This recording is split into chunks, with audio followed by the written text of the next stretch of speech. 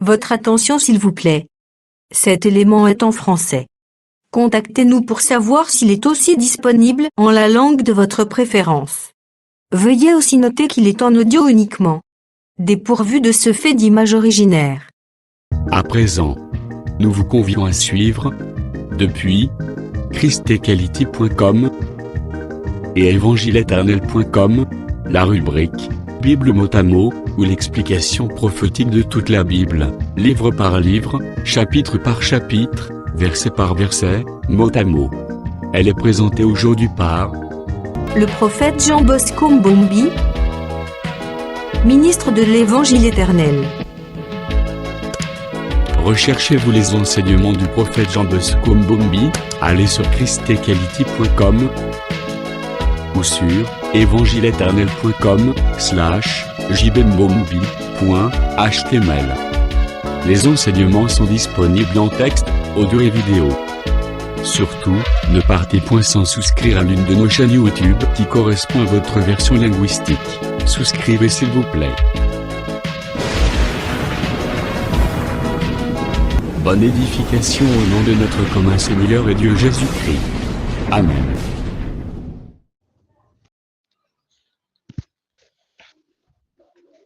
Que le Seigneur vous bénisse. Nous prenons la parabole du grain de sénévé. La parabole du grain de sénévé. Nous prenons le texte de base de Matthieu chapitre 13. Nous prenons les versets 31 à 32. Matthieu 13,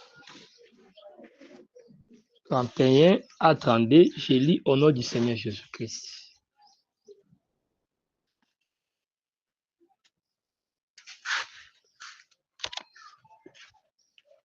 Matthieu chapitre 13, verset 31 à 32, je lis.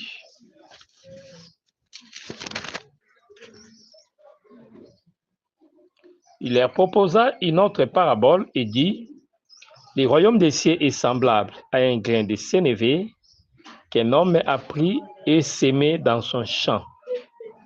C'est la plus petite de toutes les semences. Mais quand il pousse,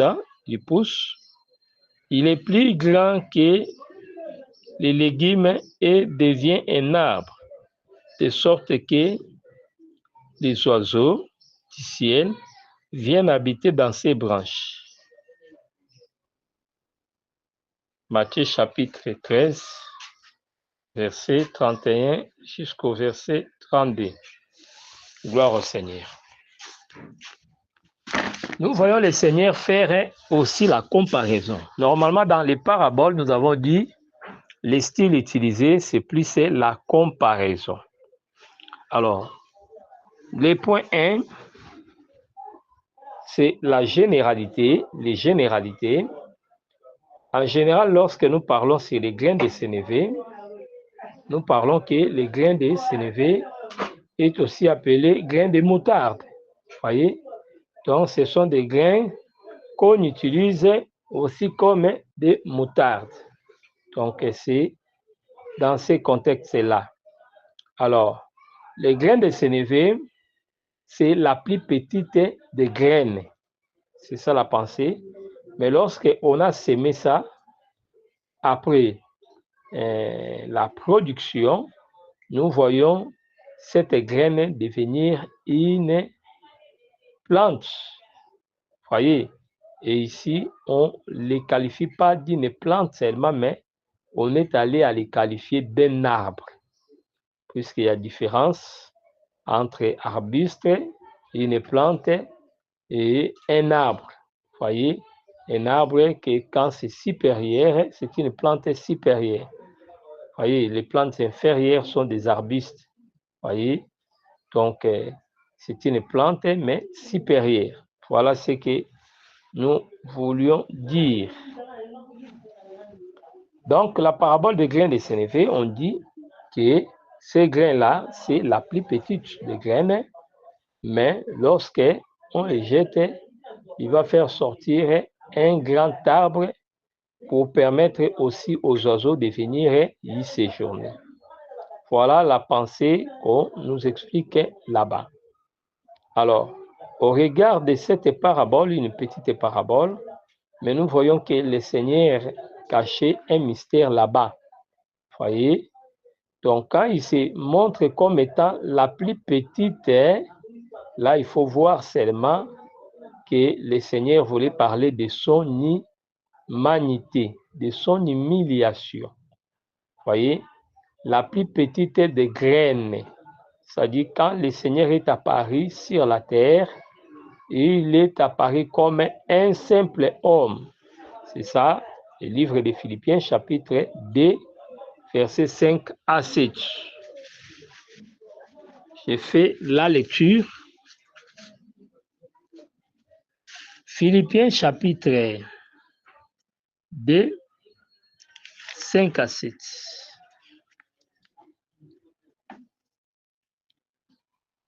Philippiens, chapitre 2, 5 à 7. Je lis la Bible.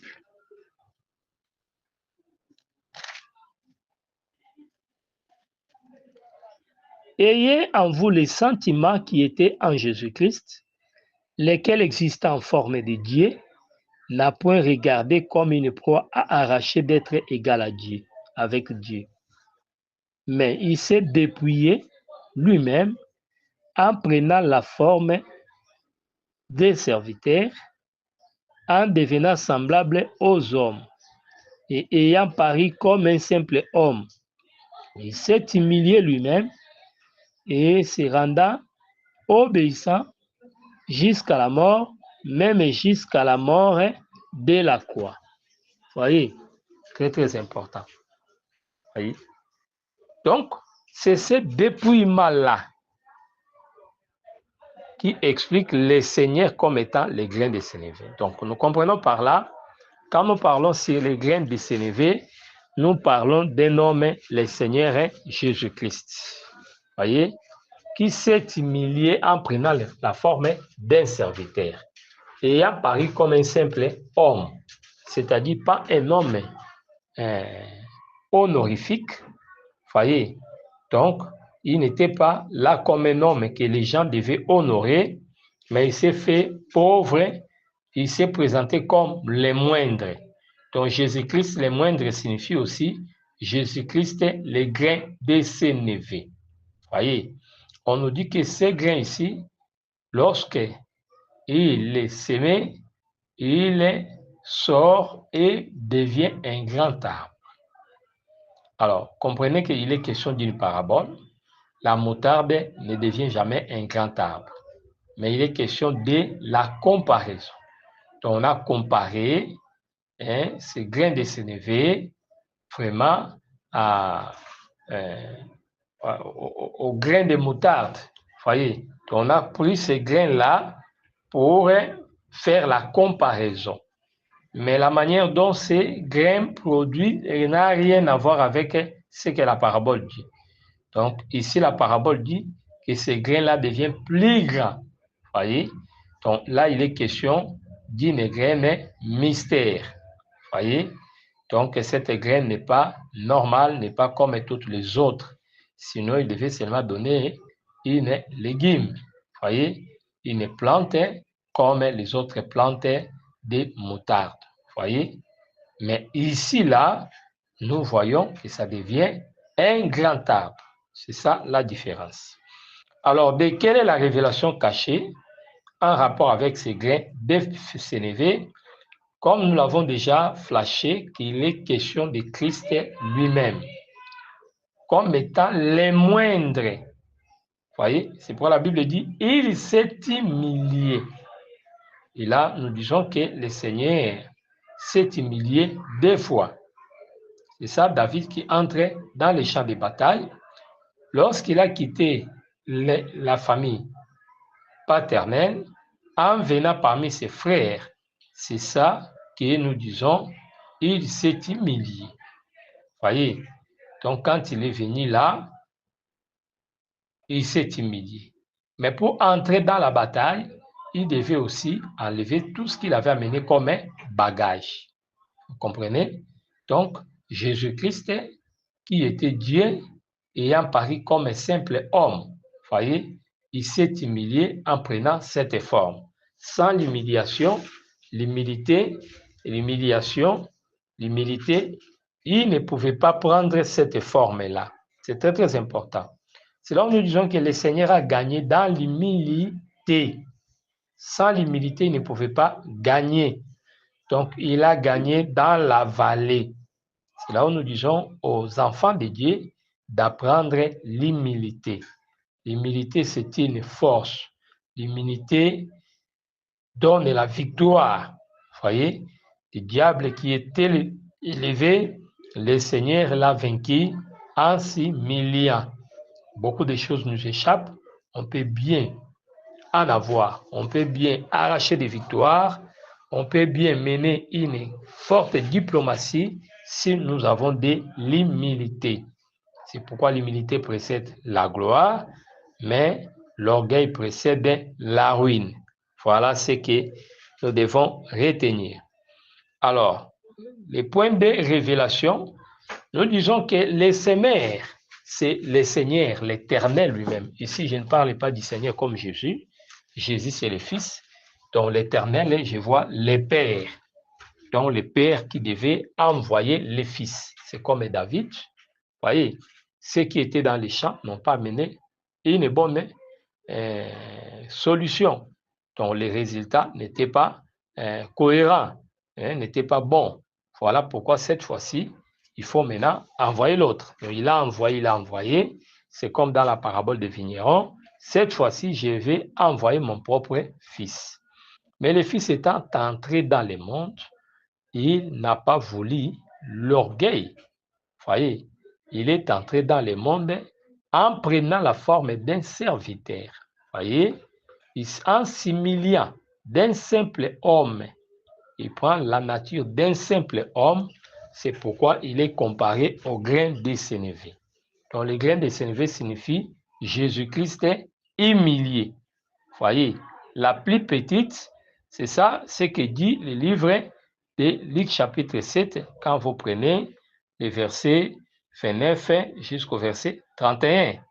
Donc, c'est les plus petits, les moindres de tous les prophètes. Vous comprenez? C'est ça Christ. Voilà pourquoi David était aussi les moindres par rapport à ses frères. Il était les cadets. Donc, c'est très, très important. C'est pour parler de Christ comme étant les derniers. Mais la Bible dit lorsque cette sémence tombe, il sort, il devient plus grand. Vous voyez? Donc, cette chose-là parlait de la résurrection de Jésus-Christ. Vous voyez? Donc, c'est très, très important. Là, nous ajoutons le livre de Philippiens, chapitre 2. Prenons le verset 8 jusqu'au verset 11. Vous voyez? Et il s'est humilié jusqu'à la mort. Donc, en venant dans le monde, en devenant simple homme, c'est déjà l'humilité, l'humiliation pour le Seigneur. Au lieu de s'arrêter là-bas, il va encore s'humilier pour accepter la mort. Vous voyez? Donc, là, le Seigneur s'est humilié 2 fois. C'est ça la pensée que nous devons toujours retenir. Donc, voilà ce qu'il faut retenir. Mais quand on dit que ce grain, quand ça sort, ça devient un grand arbre, là, il est question de la résurrection de Jésus-Christ. Voyez? C'est pourquoi la Bible dit Dieu l'a souverainement élevé. Voyez? Il est souverainement élevé. Donc là, c'est la résurrection de Christ. Et quand vous lisez Actes chapitre 2, le verset 36, vous allez remarquer là-bas, on est en train de parler de Jésus-Christ établi comme Seigneur et Christ. Voyez, c'est ce qui était arrivé avec Joseph en Égypte. Très, très important. J'ai fait la lecture du livre des Actes des Apôtres. Actes chapitre 2, le 36e verset.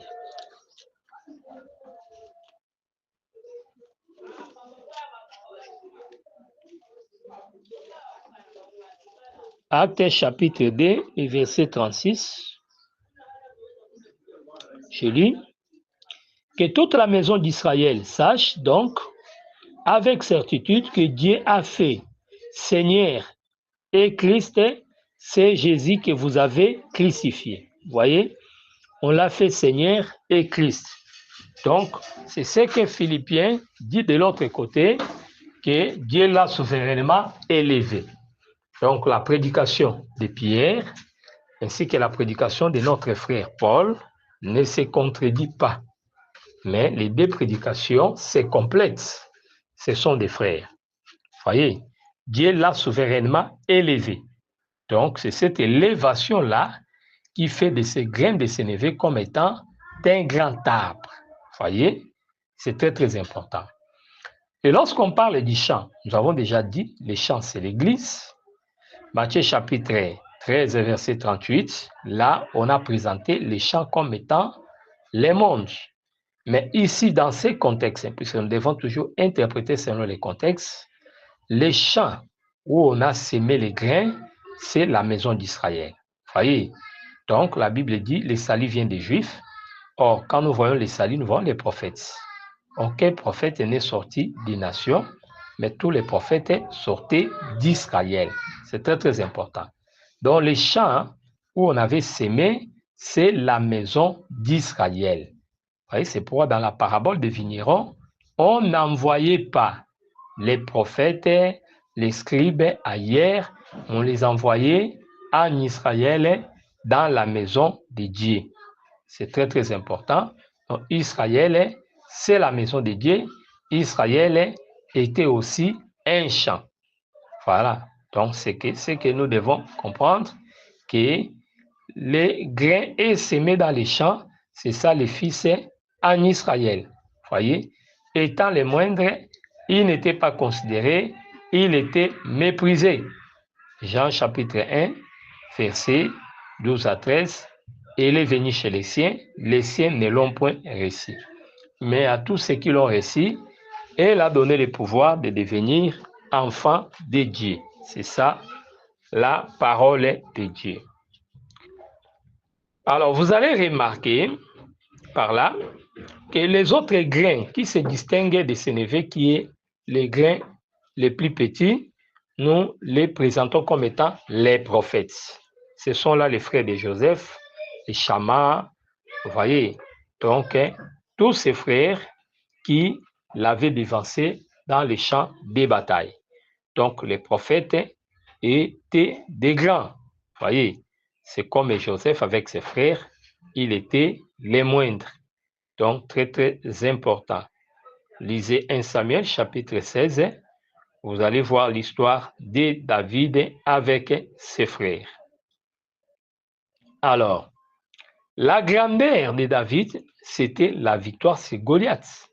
C'est là où nous disons que Jésus-Christ devient grand après la résurrection. C'est par rapport à sa victoire contre l'ennemi. Goliath est expliqué comme étant la mort. Donc la victoire sur la mort a fait de Christ un homme très élevé. C'est pour le livre de Luc, comme nous l'avons dit, Luc chapitre 7, 29 à 31. Vous voyez, là, il a dit que les plus petits dans les royaumes, vous voyez, les plus petits dans les royaumes, c'est Christ et les grains de sénévé. Mais lorsqu'il s'élève, vous comprenez, là, il faut comprendre qu'il est le plus petit dans les champs, mais dans les royaumes, puisqu'on l'a fait Seigneur. Vous voyez, acte 2, 36. Vous voyez, là, dans les royaumes, c'est les plus grands. Vous voyez, c'est très, très important. Donc, Dieu a accepté d'être le moindre sur la terre pour occuper la grandeur dans les royaumes. Voilà pourquoi Jésus pouvait dire à ses disciples, si quelqu'un veut être le plus grand, qu'il soit serviteur des autres. C'est pour dans les royaumes, il faut l'accepter que Jésus est plus grand puisqu'il a été serviteur. Après Jésus, il faut voir aussi nous, les ministres de Dieu. Voyez, puisque nous servons les autres. Donc, il ne faut jamais chercher les premières places. Il ne faut jamais chercher la grandeur. Au contraire, rendons-nous serviteurs les uns les autres pour que nous occupons un rang important dans les royaumes. Christ est le modèle, un exemple pour nous. Alors, nous disons que, à vrai dire, les prophètes, ce sont les autres grains, mais maintenant, les grains de Saint-Lévé, c'est le Seigneur Jésus-Christ. Par sa résurrection, il devient un grand arbre. Il dépasse les autres. C'est ça, Jésus-Christ qui a reçu l'onction sans mesure. Psaume 45, versets 6 à 8. Donc, vous allez voir, il a reçu une huile de joie par privilège à ses collègues. Donc là, il se distingue de ses collègues. C'est comme la bénédiction de Joseph, de Jacob sur Joseph, qui faisait de lui plus grand que ses frères et plus grand que ses pères. Alors, ce que nous devons retenir, c'est que quand ça devient un arbre, la Bible dit, ça produit des branches. Voyez, donc les branches sont, en d'autres mots, les ramifications du tronc. Les troncs se diversifient. Là, nous faisons recours à la notion du prophète bras, Isaïe 53. Voyez, à qui les bras de l'Éternel s'est-il révélé? Voyez, qui a crié à notre prédication. Les prophètes et bras, c'est les bâtons d'Aaron, nombre 17. Voyez, quand vous commencez par les premiers versets, vous allez remarquer là-bas que les bâtons, c'est la personne de Jésus. Mais lorsqu'on va les présenter devant l'Éternel, on va les déposer, les faire dormir. Ça, c'est la mort de Jésus. Lorsqu'on viendra pour les retirer, c'est la résurrection. Voyez, le lendemain, la verge avait fleuri. Voyez, or cette floraison de la verge qui était sans vie, c'est-à-dire sec, ça explique comment Jésus devait mourir et reprendre sa vie. Donc, c'est ça la résurrection en question. Voyez, mais lorsque la verge redevient maintenant vivant, vous allez remarquer, il va produire des bourgeons, des ramifications, toutes ces histoires. Donc, il manifeste la vie. C'est ça la résurrection de Jésus-Christ. Quand Jésus est ressuscité, il se manifeste chez les Éphésiens 4. Qui sont ces branches? Ces parties. Donc, les branches qui feront que les oiseaux puissent venir, c'est l'explication du ministère. Donc, c'est le ministère qui attire les oiseaux qu'on considère comme étant les peuples. Les oiseaux dont il est question, ce sont les saints que nous sommes. Donc, ils seront attirés pour venir demeurer sous l'ombrage de ces grands arbres. Voyez, Jésus-Christ, c'est lui qui est notre repos. Voyez, donc, il devient pour nous un lieu de refuge, un refuge qui ne manque jamais, un secours qui ne manque jamais dans la détresse. C'est pourquoi nous disons que les branches là représentent les différentes parties de Christ comme étant les ministères où le peuple trouvait refuge. Voilà, bien-aimés, ce qu'on voulait parler avec cette parabole qui concerne les grains de Saint-Lévé, la plus petite des graines. Donc, c'est pour parler de Jésus, comment est-ce qu'il sera humilié et sera élevé pour devenir grand. Que le Seigneur Jésus-Christ vous bénisse.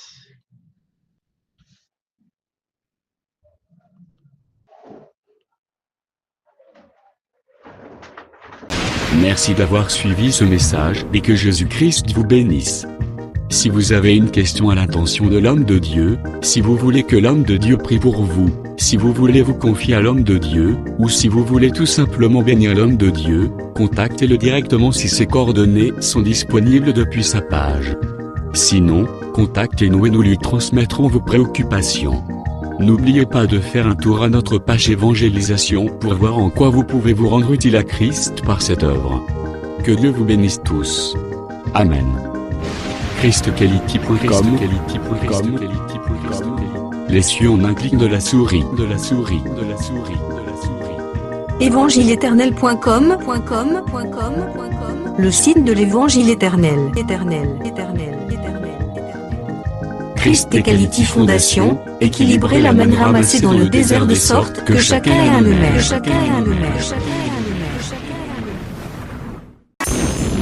branchez-vous sur christequality.com ou sur évangile-éternel.com et vous attendra au rendez-vous. La radio mondiale évangile-éternel.com, enseignement non-stop. La télé prophétique, évangile-éternel.com TV. Enseignement quantique et documentaire biblique. L'église virtuelle, assemblée et culte de prière des saints, en ligne et en direct. La rubrique Pasteur et thème. Retrouvez tous les ministres de l'Évangile éternel, en vidéo, audio et texte. La rubrique Bible révélée, explication prophétique de la Bible, mot à mot. La rubrique questions et réponses, expose les réponses des ministres à vos questions difficiles et compliquées. La rubrique prophétie et actualité, décrypte pour vous l'actualité, en rapport avec les prophéties bibliques. La rubrique Aréopage, ouvre à tous, et sans censure, le libre débat et exposition contradictoire. évangile-éternel.com, démystifié au moyen de l'enseignement, des erreurs, des fausses religions, églises, doctrines et philosophies. Nos enseignements confrontent l'apostasie et les idées préconçues pour vous attacher à la saine doctrine. Vous y trouverez de l'exhortation, du réconfort spirituel et de l'incitation à vous sanctifier. Sur évangile-éternel.com, sollicitez une requête de prière, et les ministres et plusieurs implieront pour vous. Retrouvez des cantiques chantés par des saints et des cantiques instrumentaux. Venez y apprendre d'autres langues à travers la Bible audio multilingue. Les enseignements sont en toutes les langues. évangile-éternel.com, le site de l'Évangile éternel. Motivez-nous en souscrivant à l'une de nos chaînes YouTube, celle de votre préférence linguistique. Et venez évangéliser avec nous en partageant, autant que faire se peut, notre site web, nos YouTube channels ainsi que toutes nos publications. Merci de le faire et que Jésus-Christ notre commun Seigneur et Dieu vous bénisse tous. Amen. christequality.com. Les cieux sont à la portée de votre main, juste par un simple clic de la souris. Christequality Fondation, équilibrer la manne ramassée dans le désert de sorte que chacun ait un aimé.